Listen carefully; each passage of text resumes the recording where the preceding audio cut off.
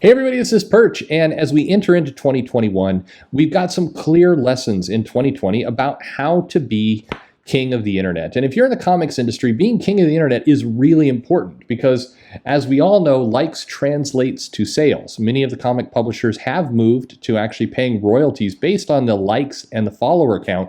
And if you get that blue check mark on there as well, it's a double multiplier. So being king of the internet is definitely something you need to do if you're in comics. If you sleep on this, you are making a horrible mistake. And also, you've got to keep in mind that your king of the internet reign can only last for about 2 to 3 years before you're eventually discovered to be a bigot and racist. So you're going to have to start this clock quick to get that earning potential now. It is 2020. A lot of people are struggling, and this is definitely the way you do it. So to be king of the internet, there's a basic flow you have to do. So first off, what you need to do is basically, like every human being in the world, you want to get some attention for yourself. You've got to have that attention for yourself. If you don't have attention, you're dying inside. And Twitter is the place to absolutely do that. What better way to get attention for yourself that is healthy, long-lasting, sustainable, and good for you than Twitter? So the trick is, how do you get that attention? Well, your art and or your writing skills, it's not getting the job done. Let's face facts. It's that end of the year time for resolution. So it is good to kind of really reflect on what's working and what's not. Art and writing talent, maybe it's just not doing things. So one option is you can certainly perfect your craft. You could put some real energy and effort into putting out amazing work, getting better, building on that reputation, doing an incredible job where you don't need to promote yourself. Other people are promoting for you. It's one of those things, if you find yourself having to tell everyone that you're really good, you're not that good. The people who are really great, the message is carried for them. So that is also, though, way too much work. Let's forget about it. I mean, let's be honest. Work? I mean, if 2020 taught us nothing, it's that being able to stay at home, do meetings by Zoom, perfect your day drinking, that is really what it's all about. So putting in that hard work is a no-go. So the better option, the tried and true option, is attack another creator. Ideally, you want somebody who was once considered great or may still be considered great, but isn't in the immediate spectrum of your friends. The last thing you want to do is go attacking somebody that, may be of influence to you. So you got to pick the right target, the right person to attack that, is a good safe pick, but not too on the edge. So Dan Didio is an option, certainly, but he was removed from DC. Some might consider that a little bit ghoulish to go after Dan Didio. Scott Snyder, I mean that's another good option. I mean, but he's been helming Batman, but then he's got a big influence, so that could burn you. And plus, he seems like a nice guy. Like, what are you going? Like, it's hard to just attack a guy who seems nice. He's nice. Why would you go attacking? Well, but Tom King. Well, Tom King, that's okay. This is better. He does not seem nice, but he also seems very depressed. And plus, I don't know. Do people really care about Tom King as much anymore? It feels like that heat is gone. That's not the best target. Jonathan Hickman. Oh, this is a good one. You could definitely go after. But the problem is, Jonathan Hickman is off Twitter now, so the feud will be kind of one-sided, which could be a plus, but. It's a decent enough hit. Donnie Cates. Oh, you could attack Donnie Cates. He's popular. Teeny Howard. No, not Teeny Howard. We're getting into next year's category. The problem with attacking Donnie Cates, though, is that Chris Conroy and other people are going to be really pissy at you, because the reality is, if you want to get a job in comics right now, then Donnie Cates is your man. You've got to get on his good side. Did you realize that every time he likes one of your tweets, Marvel or DC will give you a contract for another comic? That's how it works today in the industry. That's how it functions. That's why you've got to get him to like your stuff. Last year, it was Jonathan Hickman. But, time passes. Next year, it'll be Teeny Howard. But Donnie Cates, it's a bad idea to go after Donnie Cates. And Donnie Cates, too, I mean, he seems like a nice guy. What are you doing crapping on Donnie Cates? You don't want Chris Conroy on your ass, so stay away from Donnie Cates.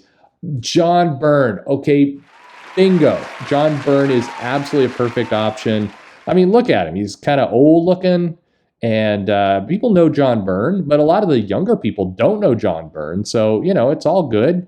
There's nothing really, taking down a legend, it's perfect. And he's like grandpa old. He's not on Twitter to defend himself. So John Byrne is a absolutely perfect target to make fun of him as a person and also his skill and talent. You could attack some really obvious things, like John Byrne has made a large number of statements, basically attacking different races and genders and the comic industry in general. I mean, here's him talking about it's okay to be attracted to 11-year-olds, and that Christopher Reeve is nothing heroic happened to him, and here's an idea where we should go over to the Middle East and just bomb the living shit out of it.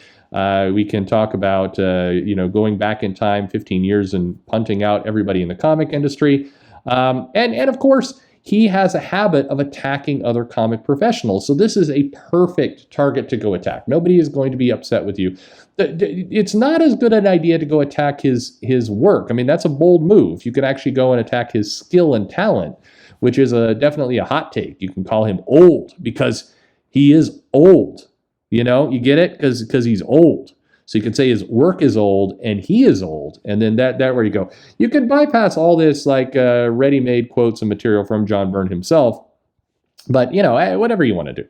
The only problem though is if you attack John Byrne, you may run into some trouble because if you're working for one of the big two, they're actually still trying to make money off the guy. Here's the crazy thing about comics is that once you've drawn and produced something, that publisher can continue to reprint and throw into trades and graphic novels and omnibuses. They can continue to make money off that work, and in some cases not pay people, or they can give you the Alan Moore deal where you basically get to keep the work in perpetuity, so the rights never revert to you and you never get what was promised. You can also have that problem. So if you attack some of these people, you just might want to beware, because even though it can be fun and cool and your hipster friends who are in your immediate circle love you dunking on like old grandpa John Byrne, if the company you're working for tends to be doing this, that could be a problem.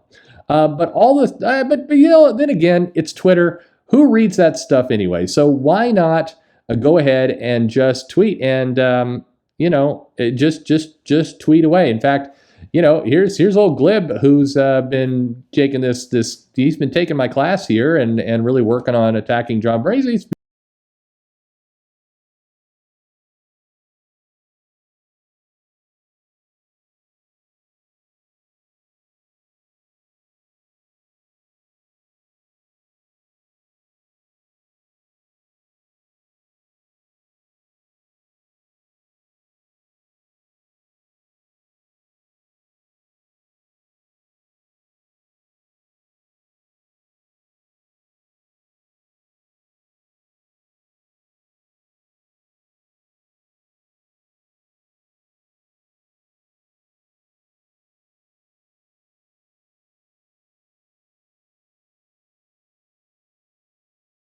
that's just a sample. If you actually just search John Byrne or just Byrne in his name, I mean, I got tired of scrolling. But anyway, he's definitely all in on this strategy. And the reality is, if somebody gets too mad about this, apologize. You didn't mean it. You slipped. You were tired. Maybe you're on that drug that Roseanne was taking that made her kind of crazy on Twitter. You can always just blame something else, and you can certainly apologize for maybe not wording things correctly, and nobody's going to go back and discover that you tweeted over 800 times about the guy. It's all good. And if it gets too hot, just remind people he is racist. That always gets a job done. And then when all is said and done, if you have some time after all this, maybe you want to promote the book that you're currently on if you still have time. That might be a good idea. Anyway, I hope that your 2021 is better than 2020, and you really kind of take some of this advice to heart.